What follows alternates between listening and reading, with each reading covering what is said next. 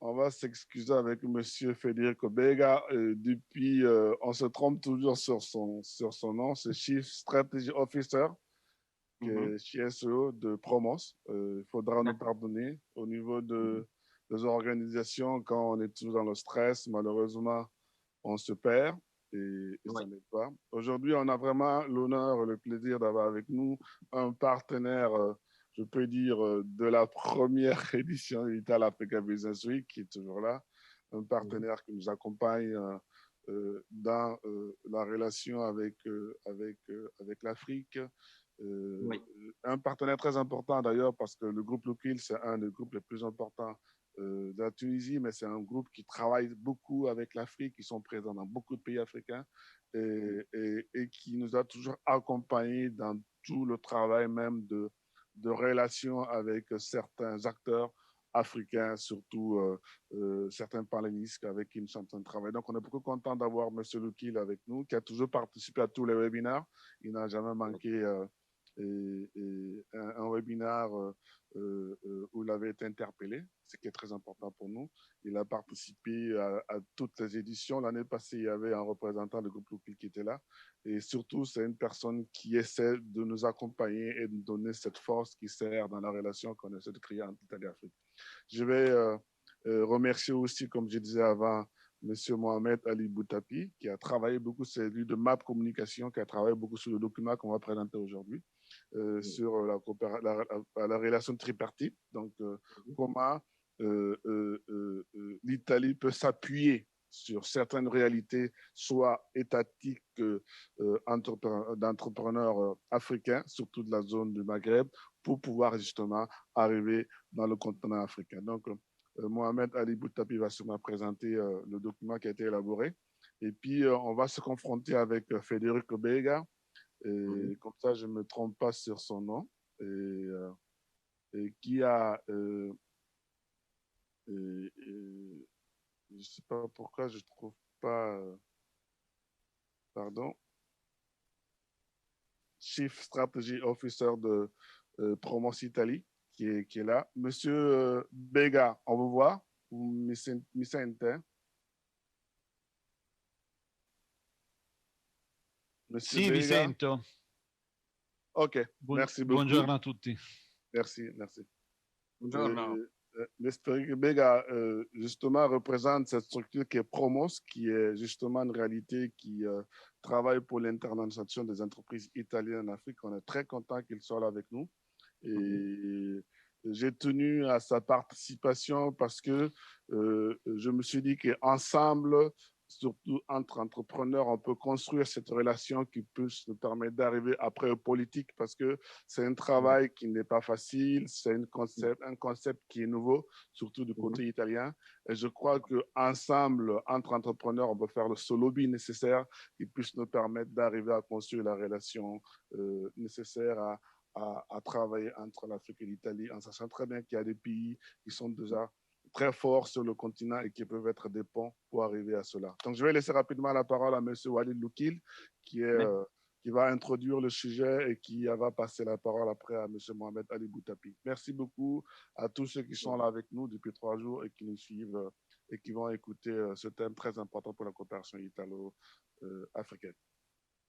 Monsieur Merci, Walid, merci Cléophas. Vous m'entendez là, c'est bon. oui, on Oui. vous entend. Merci à tous les organisateurs de Italia Africa Business Week.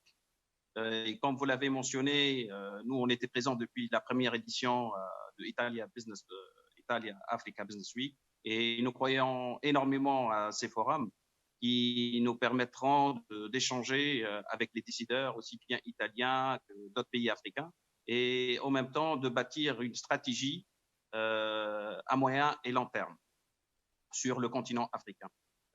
Comme vous le savez, la Tunisie, tout d'abord, c'est à 40 minutes de l'Italie. On ne veuille pas, c'est le pays africain le plus proche de l'Europe, euh, et surtout pour l'Italie. Et en même temps, la Tunisie, depuis le temps de Bourguiba, il faut dire que Bourguiba a misé énormément sur l'éducation chez nous. Donc, d'un coup, nous avons pas mal de compétences. Nous avons développé aussi tout un savoir-faire tunisien. Et le but de notre intervention au courant de ce forum-là, c'est comment bâtir une relation tripartite, c'est-à-dire avec un savoir-faire et des compétences tunisiennes et avec le soutien de l'Italie, surtout le soutien financier et en même temps le soutien aussi technique, comment on peut percer en Afrique ensemble. Sachant que la Tunisie déjà travaille en Afrique, on a pas mal d'entreprises tunisiennes qui ont fait leur, disons, expérience en Afrique, dans le domaine de matériel des travaux publics, dans le domaine de l'agriculture, dans le domaine de l'énergie. Donc, les compétences sont là. Seulement, bon, comme vous le savez, il nous manque aussi les financements pour qu'on puisse aller en Afrique. Et l'avantage aussi que nous sommes aussi un pays francophone. Donc, c'est une chose qui nous permettra d'aller plus vite ensemble sur les pays africains francophones. Sans oublier que la Tunisie, chaque année, elle reçoit pas mal d'étudiants africains, pratiquement de la plupart des pays africains francophones, qui sont là, qui sont aussi nos ambassadeurs dans ces pays. Ils ont vécu en Tunisie, ils ont fait leurs études supérieures ici, et à chaque fois où je voyage, par exemple en Mauritanie, ou au Sénégal, ou même au Mali, ou au Burkina, je trouve des hauts cadres qui sont là, qui ont étudié en Tunisie. Donc ça aussi, c'est un avantage pour nous. C'est vraiment des vrais ambassadeurs pour nous dans ces pays africains. Donc, le but, c'est comment on peut être complémentaires tous les deux. Vous avez aussi les compétences en Italie. Vous avez surtout les financements. Parce que, chose importante, pour réussir en Afrique et pour avoir des projets, il faut avoir des financements. Mais comment monter ce projet-là? Comment, disons, comment mettre en place un projet qui est bancable, qui est finançable et qui, disons, où le risque d'échec est minime. C'est là où nous pouvons intervenir, c'est-à-dire avec notre savoir-faire, avec nos ingénieurs, on peut bien calculer le risque, on peut bien étudier le projet, monter le projet et le présenter aux bailleurs de fonds. En plus, il y a pas mal d'autres produits qui sont complémentaires pour l'Italie. Je prends un exemple simple, l'agriculture. Au niveau de l'agriculture, l'Italie produit des tracteurs agricoles. On sait pertinemment qu'il y a pas mal de marques italiennes qui veulent percer en Afrique. Et aussi en Tunisie, nous, on produit aussi pas mal d'attachements agricoles. Ces attachements-là, c'est vrai, ils sont valables pour le marché tunisien, libyen, algérien. Et vous savez, en Afrique, on ne peut pas utiliser aussi des nouvelles technologies. C'est encore prémature, quoi. On utilise, disons, des équipements qui sont mécaniques et non pas électroniques. C'est idem aussi dans le domaine de l'environnement. J'ai eu pas mal de discussions avec le fonds qui veut, disons, soutenir pas mal. Ils ont envoyé toute une délégation en Tunisie, est venue voir et s'inspirer du modèle tunisien et voir aussi quelques opérateurs privés, qu'est-ce qu'ils offrent dans le domaine de l'environnement. Parce qu'on sait pertinemment que le domaine de l'environnement est très évolué en Europe et on ne peut pas faire du copier-coller pour les municipalités et les communes africaines. C'est là où nous pouvons intervenir. La même chose avec notre savoir-faire, avec nos compétences, avec aussi nos connexions. Parce que là, il ne faut pas oublier une chose, c'est que la Tunisie aussi, c'est une plateforme de santé, c'est-à-dire de santé. Il y a pas mal d'Africains qui viennent se soigner chez nous. Donc, et là, ça nous permettra aussi de développer notre networking. Donc, là, ce que je propose aujourd'hui, c'est d'être complémentaires et non pas concurrents, avec des compétences, pas uniquement tunisiennes, ça pourrait aussi être des compétences maliennes, nigériennes, burkinabées ou ivoiriennes, et créer un groupe et aller ensemble.